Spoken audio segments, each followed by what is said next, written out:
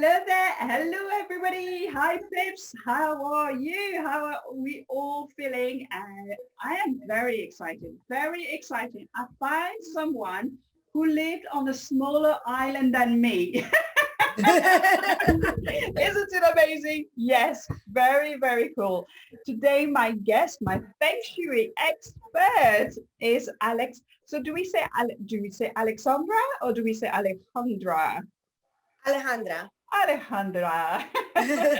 So the Spanish way, isn't it? Or the Yes. yes. So Alejandra Brady. Brady. I married a Brady. I was trying to It's make Alejandra Margarita Gonzalez Verduzco Brady. Oh, okay. That's the way it rolls. I did ask. I should have not. Oh, no, that's fine.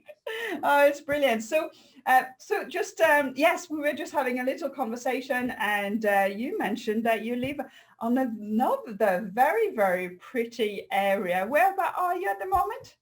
So we are living in our home in Sedona, Arizona. So yes, we're talking about how small our spaces are. It's beautiful. I mean, over 4 million people come to visit, but only 10,000 people live here. So it is an adjustment moving from our other home in Tampa to this, but it's great. Yeah. It's those little we all live on a little island, really, when you think about it. All our We little do. communities are our Yes. little islands and our tribes around us, and that's what creates that community or not, when there's Mhm. wars and things like that. So it's interesting to see how people on islands have a quite a bit of a different mentality with things, aren't they? They're quite Yeah.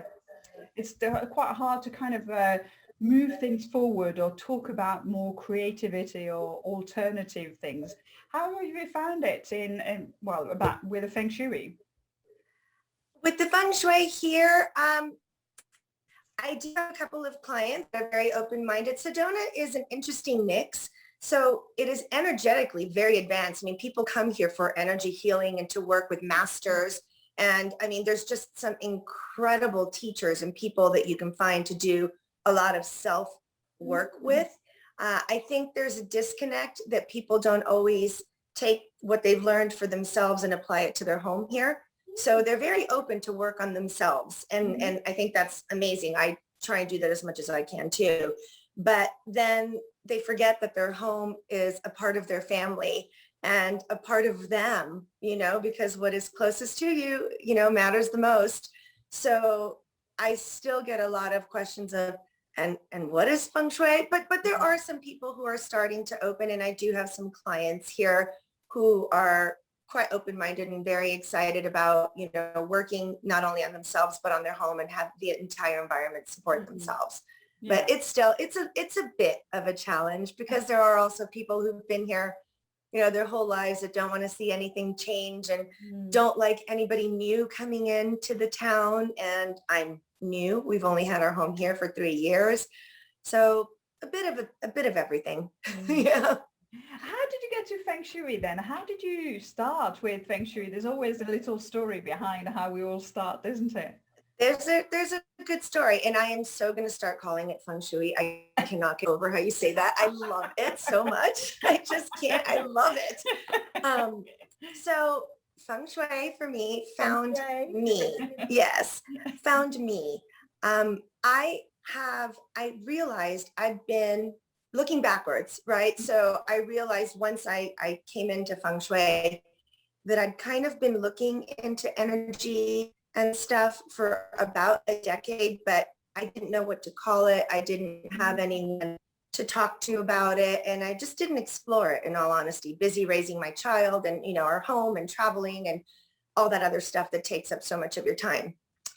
Right around when I turned 50, a very dear friend of mine reached out to me, and we'd been talking about energy and we'd been talking about crystals, and we put crystals in our gardens, and what had happened was amazing in our gardens. If I put a crystal between two plants, I mean, suddenly those two plants shot up, and I'm like, what is happening? What is all this energy stuff? So she called me one day and she said, I am calling a world-renowned energy consultant or feng shui consultant to come to my house. Would you want a consultation too? Oh. And I just said, sure. had played around a little bit, but didn't really know what I was doing.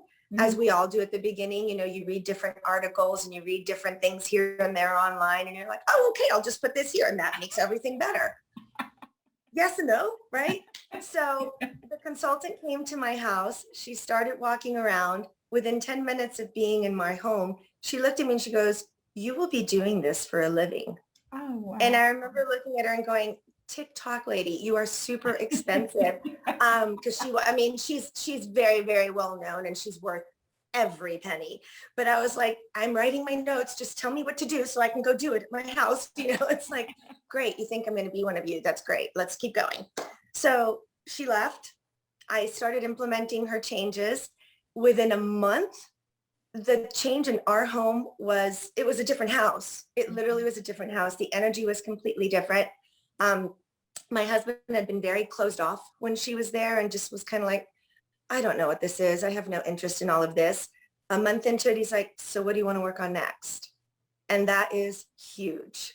So a month after that, so now we're 2 months out of when she came, I found out I had to have cervical fusion.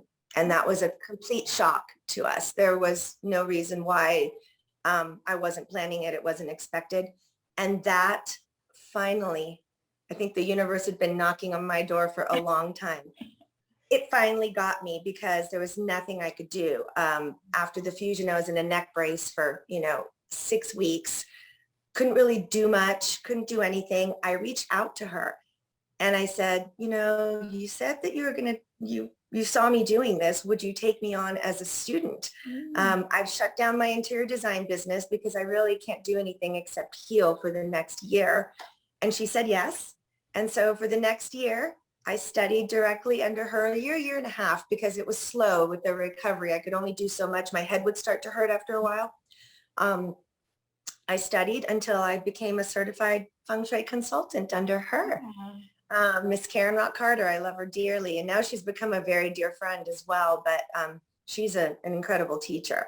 So that's how it happened. Yeah. And now I combine both modalities, the design background with the energy so that it not only looks pretty, which at this point in time, we've all been doing this for so long, you can do in your sleep, but it feels great.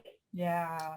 And there's no better compliment than when somebody comes over and they usually always say, oh, your house looks beautiful. Thank you. But they're like, I just want to stay in here. It feels so good. Yes. Like, it feels so good in here. And I'm like, bingo. Yes. That's what I want to hear. That's the biggest compliment I can receive. And then when people go, can you do this to my house? I'm like, yeah, let's go do this.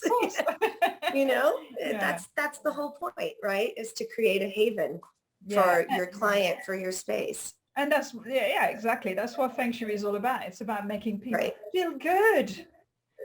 It's not. It's to help support you, especially right now with all this. Well, you need that support. You need that energetic support at home. Our home is everything, right? Our home is our school, our office, our home. I mean, our vacation, it's everything right now. Absolutely. And so I've heard that actually you're doing a bit of work in your home at the moment because you were not supposed to be in this home for a long time and you're actually creating your own little home office at the moment. That could be really exciting. How's it coming about? How's it going along?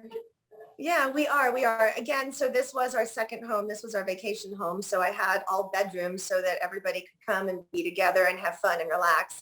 Well, now we have a lot of companies still. Our son and his girlfriend, we are so fortunate. One of the huge blessings of COVID is they are also working remote. So they will come to visit us a month at a time.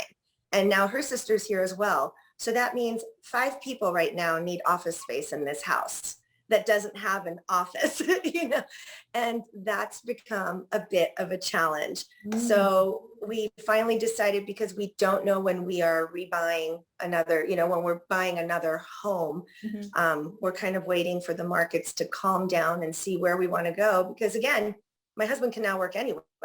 So we suddenly have the entire world to choose from. So we're like, it's too many options. So like, let's just let it linger for a while. But yes, we needed to make the space more functional. So we took our 4th bedroom and I am in the middle of transforming it into a functioning office Right. space, so, and I'm doing it actually so that multiple people can work there. I'm not putting one desk. Mm. I decided to do a large table with Ah, 6 chairs around it so that people at different times can come in and out and still have it be a very functional space. mm, But it also allows you some community, because if mm, not, everybody's just shut into their bedrooms all day mm, long. mm, So I wanted a workspace for mm. people to come in. If you need to take a phone call, then, you can go and find your quiet space to do it in. But I wanted to create a beautiful working environment for people here as well that feels professional. If you need to sit down into a Zoom, I'll have a nice background, I'll have everything done, decluttered.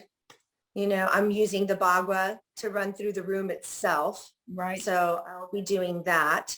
Um, So adding plants. just to get back to the, sorry, I'm just cutting you in the Oh middle. So I'm no, just thinking, please feel there free. are so many actually, so many offices which have started to realize that perhaps they don't need as many desks. They don't need as many people in the office. We're going to be doing some kind of hybrid kind of things. We're going to have some spaces for community. We're going to have some hot desking. We're going to have some offices where desks where they can sit and work. And so it's a similar thing that what you're creating at the moment, isn't it? That kind of It is. an area where you can have different spaces out of it, isn't it? That's what I'm trying to create here, so that it's not, I'm used to creating in home offices, her office, his office, not an office for multiple people. So I'm Mm, having fun playing with that and seeing how I can translate almost a commercial space into a room here so mm, that it can feel like you're in a professional setting. mm, You don't want the knickknacks and the clutter and the collections behind you. I want it to look very professional. So mm, when people need to use it, they feel I'm at work now. And mm. then they can close the door and be like, I'm home now. Yes. I think that's a big one. If you can create a space in your home where you can close the door at the end of your workday so you can transition. Mm, That's the other thing I'm finding. I'm seeing it with my husband, and I work for myself, so it's a little bit different for me, but I'm seeing when people are working, in corporations or groups or whatever, people just assume you're available 24/7 now. and this is it. I think there's been so much overworking because Yes. the expectation is you're here, you're there, You're you're here, you're all the available. So time. obviously, you can talk anytime, you can do whatever. So I want to create a space where at the end of the day, you can close the door and walk out and be like, okay. My husband's on our patio. We face the mountains, so it's a beautiful scenery. So he's on the patio. And then at the end of the day, what I got him is a 3-tiered cart so he can put all his stuff in the cart, roll it inside, roll it into a closet, and the patio now becomes part of our home again. Mm, You can do that with a basket right now as things, you yeah. can put your things. That's what I do right now. At the end of the day, I just put my things in a basket and put it in the closet. It's like, now I'm back to my home. Mm, So just kind of delineating so that your brain can rest, mm, and just have a difference between that office space and your home life. yeah, It's definitely. so intermixed right now. And also it's, having a basket or, little, what did you call it? Trolley? I got him a trolley. Yes, a Yeah, trolley, a 3-tiered cart. Like, it's got 3 levels. that's So he right. can put laptops, he can put papers, he Yeah, can put super whatever. And idea. you just roll it and you roll it inside. You roll it in a closet and your office is gone until it's finished. Then he can be set up. But if Yeah, yeah, it's just nice to be organized so you can yeah. transition. And that means that you also have only the things you really need, isn't it? Because Yes, very sometimes much so. when we have an office, we'll have this and we'll have books and we'll have that. I mean, sometimes I look at my desk and I know there's probably just too much on there that you really don't actually need. I love Right. watching them, but actually when you're doing that way and you've only got the basket or the trolley, it actually means that you're using only what you need to be using. You're quite efficient at this point. Yeah, it is. It's really kind of increasing productivity because, you don't have to mess around. You don't have to look for things. It's all here then. You It's can all get there. on and do it. Yeah, that's very good. That's very good. So being a designer as well, so when you're thinking about your home office that you're creating, what kind Mhm. of color are you going for? What kind of color in terms of design and Feng Shui principles? Is there a particular color which works best in an office environment or home office? So I'm a firm believer in not having the circus tent. Like I don't have a purple room and a green room. And Right. I like my rooms. A lot of people do, believe it or not. They're like, I feng shuied my house, and they'll send me pictures. And I'm like, oh my goodness, no. So Totally. it's true though. People do it all the time. So I painted the wall red because it's the fire area. I'm like, oh honey, it's your bedroom. No, Oh. Um, so our home office is actually going to fall into our love and relationships sector of our home. Mhm. So I am actually leaving the color that you see behind me. This wall color is the color of my entire house. I kept Right. it very clean. I kept a very clean palette. Mhm. So I am going to be bringing in things with, I am balancing all 5 elements. So I'm doing it that way, bringing in the metal desk and the leather chairs and, the difference there. And then I will do pops of color, but I will stay with the main colors that go throughout my house, which in Yeah. this house, it's, you can see they're bright colors. So I have some fun colors in this house, but I will keep the colors going. I Mm. will bring in, I found a beautiful, it's still crated since the room's not done, vanadinite. I was fortunate enough to go to the Crystal and Gem Show in Tucson this weekend, Ooh. which is world renowned. I mean, it's incredible. And so I bought a beautiful red vanadinite, which is a crystal for creativity, productivity. It enhances your work, your Mm. thinking. So I will be placing that on a big console to add a touch. I have matching lamps because it is the love and relationship corner. So I do want to acknowledge that. But again, it's a work environment. I'm not going to have pictures of my husband and I plastered all over the office. But I did try and get things in pairs Right. so that I would honor, my intention is to honor the love and relationship sector while having it be an Mm. office space. Does Mm. that make sense? Yeah, totally. Yeah. And Okay. it's I think that's the thing as well. It's staying true with what you love and adding things to it, isn't it? Feng Shui isn't about, like, remodeling everything and changing and buying, getting rid of everything and then buying new things. It's about what you've got and moving them, Yes. changing them, touching them, or rearranging things, but keeping it true with what you love and how you feel comfortable in your home. And honoring the space itself. Mm. I mean, my bedroom is in, we're sitting in my bedroom right now. So my bedroom is in the helpful people, area of our home and travel. So Mm. the way that I honor that space is there's a lot of matching again, because it is our bedroom. So we have matching nightstands, matching lamps, but then my books are on travel. I did look at this book, so You did yeah. good. Okay, Now I good. know You know, why. Yes, now you know why. And so you can honor the intention. Feng Shui is such a big part of Feng Shui is the intention that you put into it. So I am honoring the fact that this is the travel and helpful people of my house, but it's my bedroom. So that has to supersede travel, just like the office environment has to supersede the fact that that is the love and relationship corner. So I have to find another way to work with that. So that is bringing in the matching lamps and doing things in that nature to honor it, but let the space be what the space is intended to be. Yeah. Otherwise it doesn't work. It doesn't flow correctly if you don't work with what the room is in its intended purpose. Hmm.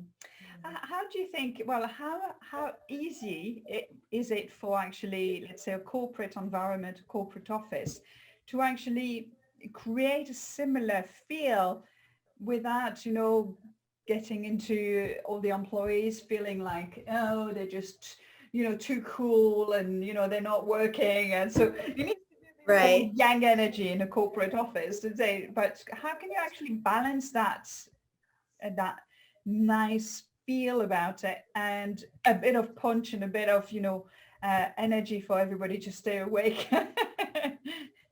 So one thing I do, and I'm going to do in my home office too, and if you're able to do it in your office space, is to diffuse essential oils. I love lemongrass. That's a great way of staying awake and alert, and it just helps your mental flexibility. So I love diffusing oils, but from a corporate standpoint, you can always add a water feature outside the entrance of the office, and that just naturally brings a sense of calm to people as they walk in. So they're not walking in, dropped off the kid at school, it helps you transition. I think a beautiful lobby that's designed with balance with all 5 elements, you've got plants to bring in your wood element. You've got, I'm sure there'll be metal because it's an office, so chairs or whatever it is. You can design, what are they? Wood, water, we can have our water outside. Fire's a little harder. You can do that with certain plants. Certain plants impart the fire element, like the mother-in-law tongue, the really spiky ones. That can be like a twofer. You can bring in some fire energy to the space and have live plants that help detoxify and clean the air. So I always like when I can get more than one element out of an item, so that you're not cluttering, because you do not want clutter, of course. Earth element, again, the same plant can cover 3. That same mother-in-law tongue can be, an earth element because you've got dirt. You can have a ceramic bowl it's in. There's earth again. You've got fire when it's coming up, and you've got live wood energy because it's vertical. So, you can design it to really help support the environment of the people around it. And, detoxifying plants is great for the air, for people. Natural light, as much natural light as possible for the people who are working in there.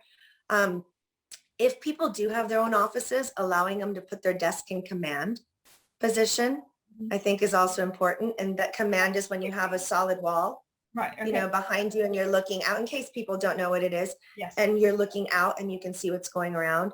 The opposite would be if you are staring, if you're in a cubicle and you're staring at a wall, you can put a mirror in front of you, so then you can see what's going on behind you, and you don't feel that business is happening behind your back.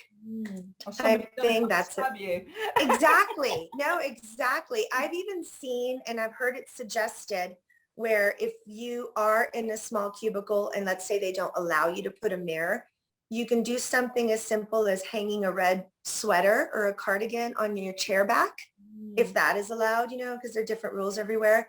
And that is an energetic block, so you feel protected on the other side of it. So I have heard of people doing that too. And I think that's, you can approach it creatively.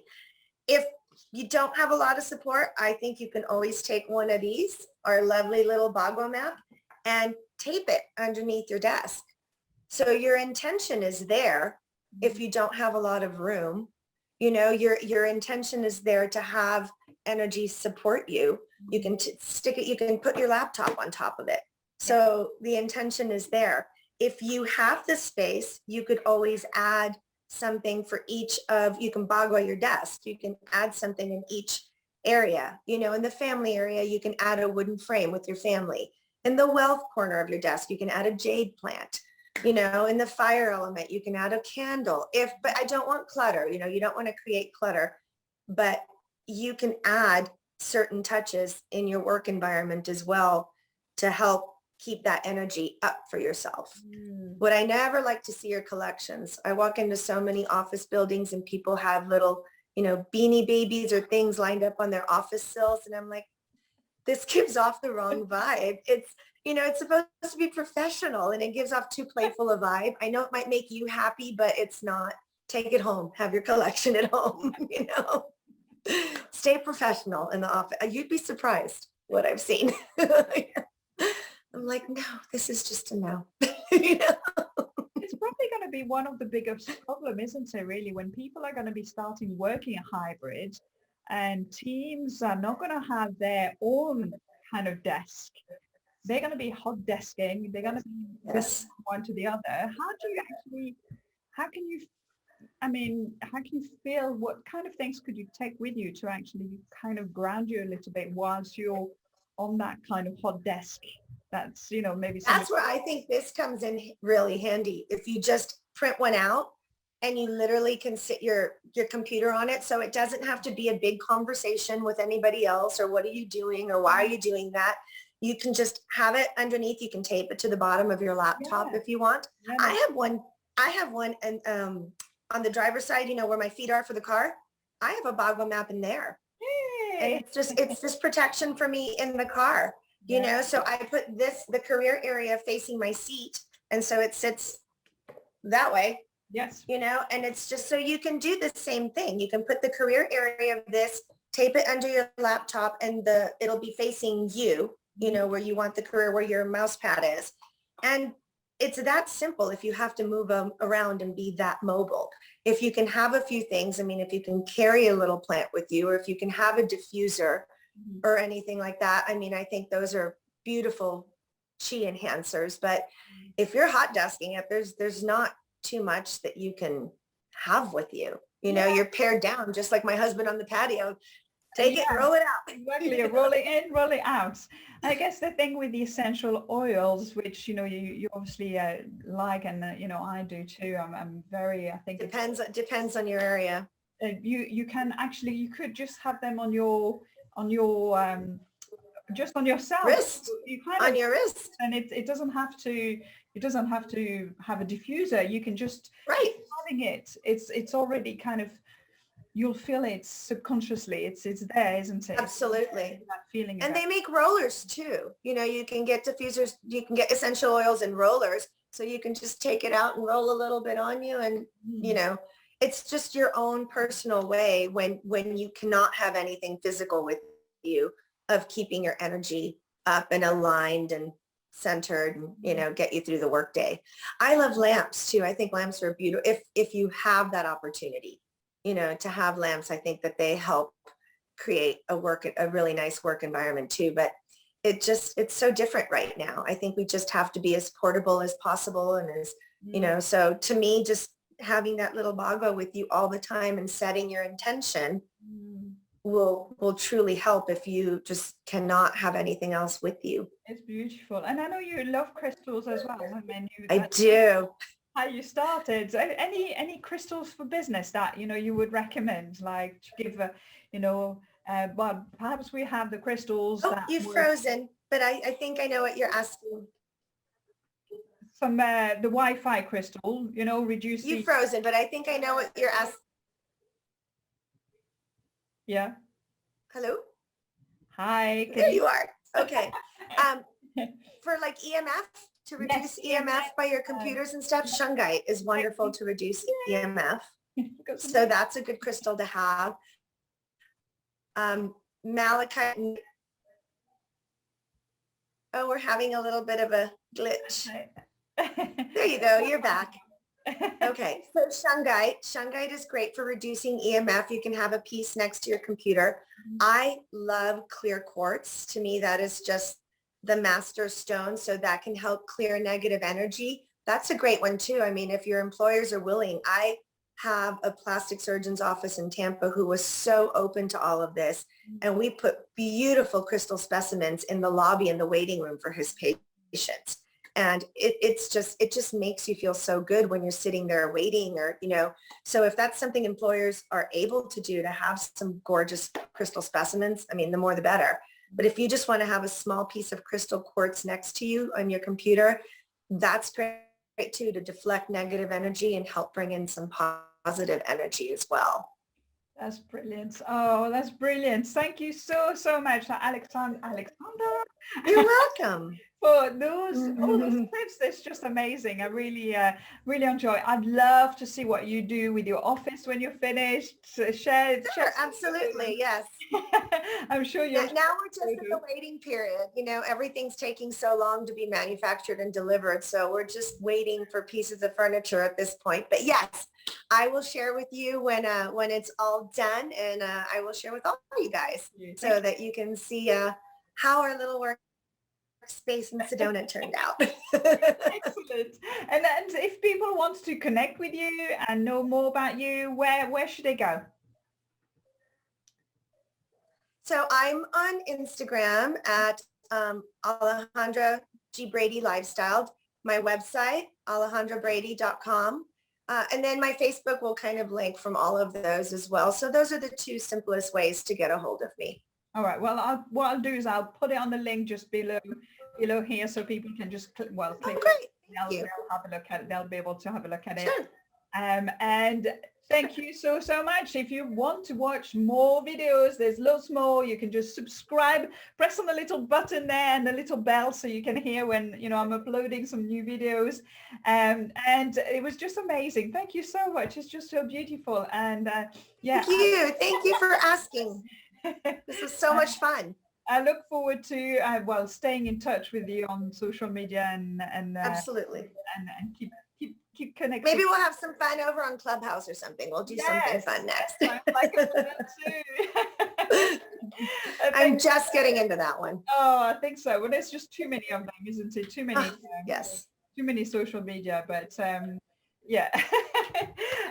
That's all for now, Pips. Thank you very much. Enjoy. Thank you. Tips, go and practice them, put them into practice now, and just, you know, see the changes, see things moving and shifting. Is just absolutely amazing to be able to do that. Speak to you very soon. Bye for now. Bye. Thanks, Claire. Bye-bye.